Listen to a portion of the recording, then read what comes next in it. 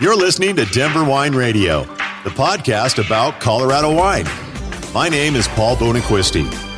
I'm the winemaker at Bonaquisti Wine Company, an urban winery I launched back in 2006 in Denver, Colorado, where I've been making and learning about wine ever since. I'm sitting down with other wineries and wine experts to find out what makes Colorado wine so unique and to help you find the wines you like to drink. And now, let's put some altitude in your glass. This week on Denver Wine Radio, I'm joined by Colorado Music Experience founding director and author G. Brown.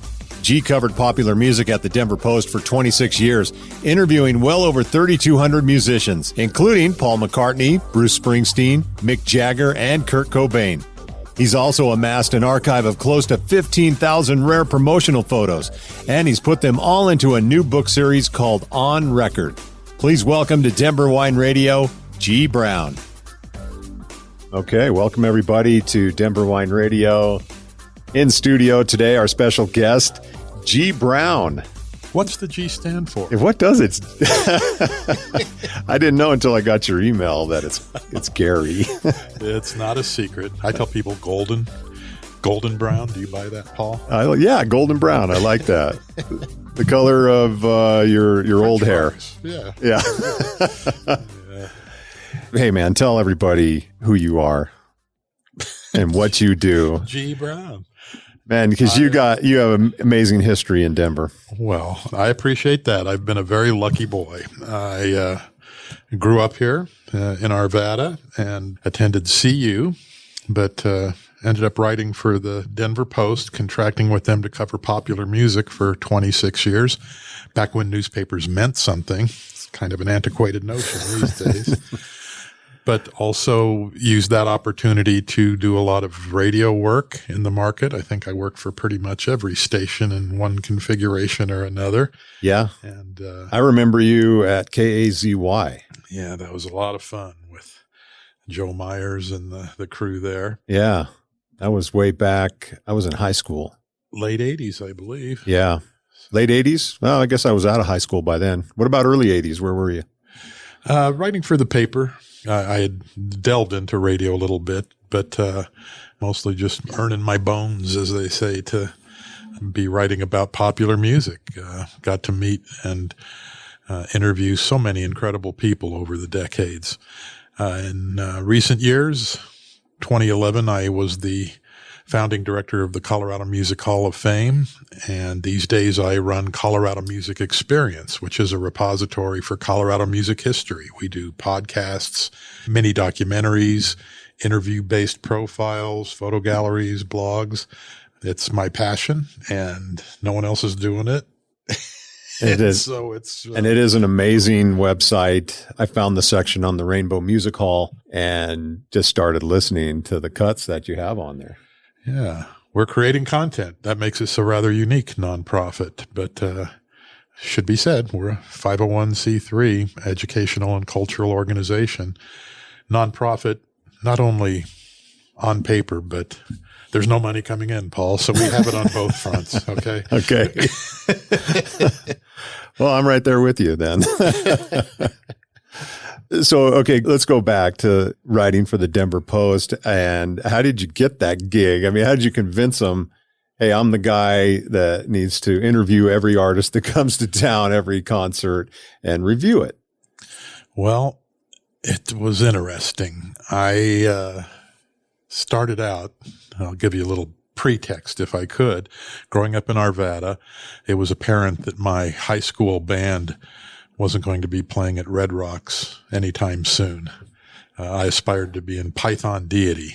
Don't even think about it, Paul. Okay. It's taken, okay? Okay. But I channeled my passion into wanting to write about music, rode my bike down to the Arvada Citizen, which was one of the suburban chain of Sentinel newspapers. You know, there was the Cherry Creek model, the Lakewood model, and 26 in all. Okay. And went down there with a horrible column I had written about something I had read in Stereo Review, where you could actually wash your vinyl records if they were dirty with mild detergent and warm water, right? Oh my God.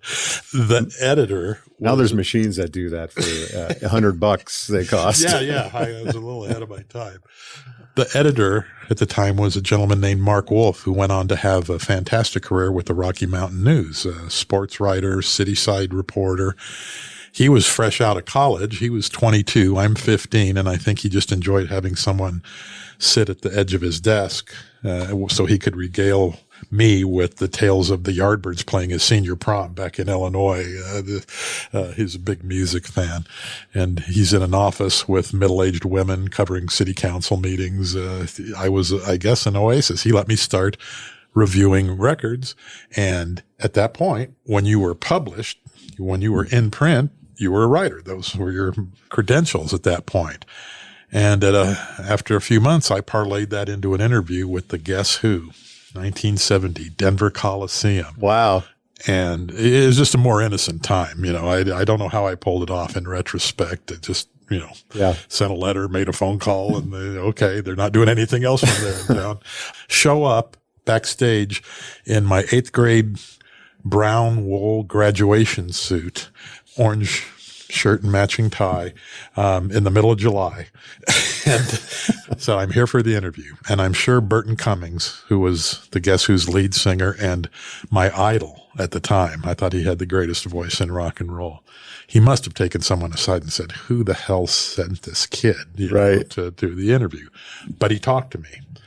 He picked his toes the entire time. It was great. I hadn't gone to journalism school yet. There was that demystification, if you will, of meeting celebrity. You realize, he's just a guy. Don't ask him about the Middle East situation. Just do music, right?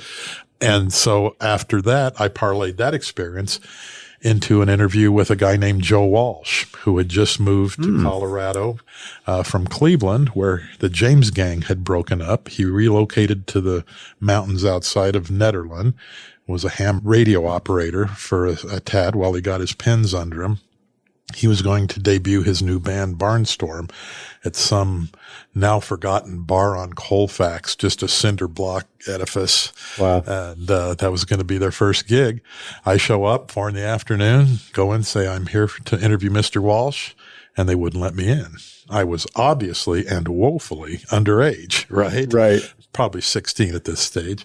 And I said, well, if you'd tell Mr. Walsh I showed up, I'd appreciate it. Went back out in the parking lot, only car there, right? Dirt parking lot, and kicking the floorboard, wondering what to do, getting ready to take off. And the door of the club opens up and Joe Walsh sticks his head out, sees I'm sitting there, walks over, gets in the passenger side and proceeded to talk to me for an hour and 15 minutes, just pouring his heart out about, launching a solo career after his previous experiences. Unbelievable. That's incredible. And I tell these stories, Paul, because it's just instructive to me. If I'd have been shut down at that age, no matter what I was doing, what anybody's doing, you're devastated, right? You don't know what to do. But I was encouraged. Those two guys talked to me, Burton and Joe, and I will always be indebted to them for that, because all of a sudden I just had the zeal of the newly converted, I was like, well, sheesh, I'm going to interview everybody. And I kind of did.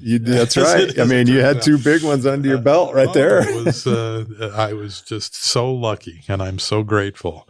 So sorry to be bloviating here, Paul. No, that's wonderful. And I just want to say, you have the personality you have is just inviting, and you have a natural attraction to likability. Well, just from a couple of times I've met you, so I could see where Joe Walsh would just sit down with you, even at a young age. You were so. Well, I don't know that I'm a great writer, but I've turned into a pretty good interviewer. I think it's just a matter of doing your homework. As long as you're not asking people inane questions that you could read in their bio or whatever, you Right. know, and just have genuine interest in what they do. Everybody likes to talk about themselves, even the most obdurate rock star. If you get through all the sycophants and stuff, you gotta treat them the way you'd want to be treated, conversationally. But I appreciate your saying that. I went to CU, got a degree in journalism on the 7-year program, and in the middle of that, approached the Denver Post. Their writer, who was a freelancer, had a weekly column about popular music that was invariably about the band that had played the 3-2 bar down the block that would break up the following Tuesday, or a screed about what crappy review tickets he got to the concert that he went to. It really wasn't very compelling. And I just went down. Dick Kreck, who was well known as a Denver Post columnist, he was the entertainment editor at the time, 1977. And I probably came off as pretty cocky. I just said, hey, I can do better. And I had, at that point, a feature on Genesis that I had done. Mm-hmm. And he says, wow, you got more of this stuff? Yes, I do. And, and we were off to the races. I was there for 26 years. And wow. That's how I built my empire, Paul. Yeah. Absolutely an empire of 3,200 artists or so you interviewed over the years? Or more than that? I ended up counting it because I'm doing a series of books now called On Record. It's a little ambitious, kind of an encyclopedia of the years 1978 to 1998, each taken individually with the album releases of that year. Very proud that it's first person bloviating essays on what it all meant. It's the bands talking about that album in that year. I'm fiercely proud of it. But yes, the idea that 3,248 interviews is what I added up. Yeah. The first step was to go back. I had collected all of the archival photography, the press photos, 8x10s over the years, 50 banker's boxes worth, as it turned out. And someone said, well, gee, there's a book here. And I didn't disagree, but I didn't think that the 100 greatest press kits of all time coffee table book would have that much cachet. So then I looked to my writing, which I own. I was a contractor with the Post. And, that's when I added it up. 3,248 interviews. That's just incredible. At the paper. There was ancillary stuff too. So having that to provide the editorial mix, if you will, to the photography. And I was off to the races. So On Record, the books, you've got 3 out, and they're set by years. So you started with 1978, you've got 1984 and 1991. Mm-hmm. And how did you decide on those years? 1978 kind of planted the flag. That was my first full year at the Post, where I had these resources to draw upon. So figured I'd start there. Kind of arbitrarily went 6 years to 1984. 6 years is an eternity in pop music, right? Yeah. So I figured that would give it a difference. I didn't want to do things chronologically because if a kid was into, say, grunge music, I didn't want him to have to wait till I wrote 13 books to get to that point. So leapfrog to 1984, which was the MTV era. Right. Huey and Madonna and Cindy and Prince. Van Halen and all that stuff. So we had 78, which is classic rock central, right? 84 MTV stuff. Go another 6 years and we hit 90. And I realized, man, if I just fudge one more year, I'll hit the sweet spot with grunge, Pearl Jam, Nirvana, Soundgarden, Alice in Chains, all that. So I did. So these first 3 volumes that we launched with are kind of a murderer's row. I did have a concern that maybe I was leading with the best stuff, that maybe I was shooting everything out into the world at once. And I'm happy to report, being well into it now, that every year has its value. There's no slow years, even though there might be to someone's individual consideration. But, that kind of just brings up something I've been ruminating on, Paul, that there's been enough written about the 60s and 70s. These are kind of 80s and 90s nostalgia. And my generation, I'm so tired that there's still people putting out their content about which was the best Beatles album. Yes, the Beatles on the Ed Sullivan Show was seismic. Yes, the Beatles were the greatest band of all time. But I guarantee you, there's so many generations. There's kids. Metallica is more important to them than the Beatles. Yeah. Dave Matthews Band is more important than the Beatles. I'm going to personally thank you for doing that. Just because I have respect for the Beatles, but I didn't grow up on them. So, yeah, I don't care to hear about the Beatles. Yeah, I mean, I'm not going to say that it's wrong. No.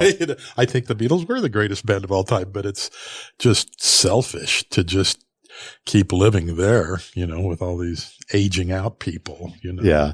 And of course, but I have the 3 copies of the books here at the winery, and I've had them here, for a month or so, and just showing them to people as they come in and they're tasting wine. And it's funny that the younger, they're not even that young. I'm people in their late 30s would flip through the 1978 and just kind of go, no, or they were bands that they'd never seen, never had an opportunity to. They may have picked out 4 or 5, but then when they flipped to 1984 or even 1991, oh yeah. I mean, so exactly. Yeah, we all hear music differently, and the music that resonates is the music when we were roughly 18, right? Yeah. I mean, when you had the time and the allowance to support your record habit back in the day. It's great. There is I'm sorry, Paul. No, that's okay. Go ahead. Worth mentioning a flip side to that, though. I don't think it's an absolute, but we won an award for the books, and I took it down to the framing shop in the neighborhood, and a couple of 20-somethings were there, and I brought in a copy of the book so they would get an idea what they were dealing with, and they were over the moon. The exact opposite of what you're saying. No, they were like, wow. Yeah. And I wasn't sure why. So when I asked them about it, they just said, oh man, this is when music was good. This is what our parents played for us. Music today sucks, this whole thing. Again, that's not an absolute, but it does exist, which is kind of great to younger folks who are in, as Stephen Colbert would say, the youth. There are some of them that do care about music and legacy, because music is a fabric, right? There's no stopping and starting points. It all just kind of weaves as far as influence. It does. And brings us to different places. So it's fun to tap into that. I think music is one of the last things that unites us all. We're so divisive on every other level, but most people have a place in their heart to varying degrees for music. And wine. Wine, yes. It brings people together. In fact, I mean, here at the winery, the live music events we've hosted over the years, and I see, just to echo what you said, it's like the people that come in, and it doesn't matter who you voted for, and it just brings everyone together. It's fun to see. And then to talk about that, there's people that come in here that I know, and how do I want to put it? They're well aware of the neighborhood they're coming into, and the majority of the people's political view that come in, but everybody gets along. They're just they're amazed at how everybody just gets along. So yeah, as it should be. Absolutely.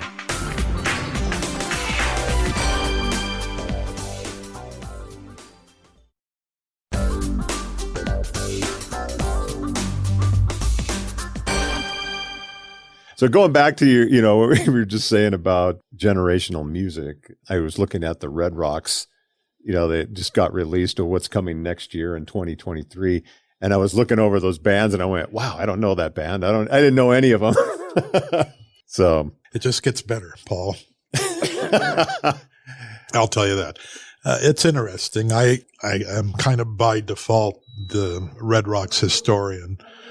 The city doesn't have one, an archivist, and I've done a book about Red Rocks that actually will be coming out in a updated edition. Oh, nice. In the spring with volume 4 of On Record. And it's great. This is a book that deserves to be in print, and it also provides a nice denouement, if you will, to have the pandemic years when they were just streaming out of there, and now to come back from that where they're doing more shows up there than ever before. Just won an award from Billboard magazine, the most used venue in the world. Oh, they did really? like 230 odd ticketed events in 2021. And we'll probably break that this year. It's just an amazing legacy. It's now world renowned, not just our little favorite outdoor venue up in the foothills of Morrison. True. It is world renowned. And is there a particular show? I mean, I have one in mind that I think kind of made it world renowned, but which one is it for you? It's U2. Yeah, definitely. No, there's no doubt about it. And it's great to have that chronicled in great detail in the book. The band had played the aforementioned Rainbow Music Hall a couple of times in 1980 and 81. And when they were in town, they were taken up to Red Rocks, and they got it. So we're going to play here someday. June 5th, 1983, they put every nickel they had into filming the performance there. And it turned out to be a night that you wouldn't put the proverbial dog out in, right? Just misty, rain, cold, just no place to be having an outdoor concert. And to those guys' credit, the voluble Bono got on the phone and called every radio station in the town, asking kids to come out. They vowed to do a free show the following night indoors, but they need people to fill the seats, because they were filming this thing, and they turned it into an advantage. It looked like a Scottish moor with all the fog, and they had bonfires on the rocks. And the Edge always had the comment, he said, I thank the guy who invented the wide angle lens or the fisheye lens, because it made the 5,000 kids who showed up look like 10,000, double that. And, they put on the performance of a lifetime, the iconic image of Bono waving the white flag during Sunday, Bloody Sunday. And that was in the nascent days of MTV, and that got shown internationally. So it not only introduced the world to U2, it introduced them to Red Rocks. So that was a nice symbiosis. Very nice. It's interesting to me, Paul. I certainly celebrate the more generous use of Red Rocks. I mean, it should be available to everyone to see and experience a show there. But I miss those days of when it was a career benchmark. Playing Red Rocks was like playing Madison Square Garden in New York. I mean, that was the apex of a band's career. You worked to get there. Mm-hmm. And these days, to your point, seeing the schedule where it's tribute bands and EDM, it's just letting people use the park who can pay the rent, as opposed to a career benchmark, as I say. And I don't want that to sound like sour grapes, but I'm just very grateful and nostalgic for those days when they were only doing 50 shows a summer up there. That was headline news, right? That was 50 shows at Red Rocks instead of 230, but all 50 of them were people who had, it still means a ton to the artists. There's nothing like standing on that stage. It does. In fact, Tower of Power played this past summer, and it was their first time performing at Red Rocks. So yeah, I'd put an asterisk next to that, because the Horns, which is their main feature, they toured with Huey Lewis and the News back in the 80s. So those guys got to be on that stage. Heck, I got to be on that stage. Back in high school, we used to go up there and pound on the soundboards during the day, to Santana's Soul Sacrifice, just to say that we were playing Red Rocks. Oh, that's cool. Okay, so some of the interviews, I mean, we got books full of interviews, but who are some of the most memorable? That's anybody a hugely unfair question. Yeah, Paul, but no, how about who rubbed you? The next question is who rubbed you the wrong way? Well, I'll answer both. Starting with the latter, it harkens back to the idea of interviewing someone. Everyone always wants to know who's the worst interview, who was the jerk. Mm-hmm. I never had that experience. I don't want that to sound coy, but it's just, if you do your homework and be professional, most people like to talk about themselves. The most memorable, hard to pick just one, but one I was fiercely proud of, was Marilyn Manson. post-Columbine, he was going to come through town, and there were protests, picketing. Yeah. One gentleman in particular was trying to make a big deal out of him being the cause of the killer's motivation, the usual devil's music stuff. Yeah. And I put it out there that instead of coming to town and doing a soundbite for the evening news and trying to state his position in 30 seconds, that he should do a sit-down interview and lay it out, do something a little more extensive. And they bought it. I went out to Los Angeles. He had a home in the Hollywood Hills, actually where the Rolling Stones recorded Satisfaction back in 1965. Wow. And it was quite the scene. He had his contact lenses in for me, and the colored ones, right, that make him look like The Walking Dead or whatever, and his clothing with the Frankenstein stitching. Yeah. He was in his stage gear to sit in his parlor, had what was ostensibly a human skull. This is illegal, but I have, it was pretty funny. But he was so well versed in First Amendment rights. Dennis Miller had an old joke. I liked him better when he was Alice Cooper. Right? That was kind of my attitude going in musically. But I got to give the guy credit. He very bright. Like even the most ostensibly dopey rock stars are. They're all really smart on some level, or they wouldn't be in that position. That's true. To drive some people crazy and make others go bananas. Yeah. And some artists like that, where I think they're writing lyrics, and so they have some deep beliefs and like you said, First Amendment right, some sort of vision, even if it's not everyone's cup of tea. But that was just instructive to me. At that late stage, I was guilty of being slightly judgmental going into it, which I shouldn't have been. He was really smart. Yeah, he was an artist that I never really got into. Wasn't my thing at that time. But then it was great learning about him post-Columbine, knowing that the music wasn't the music is not the cause.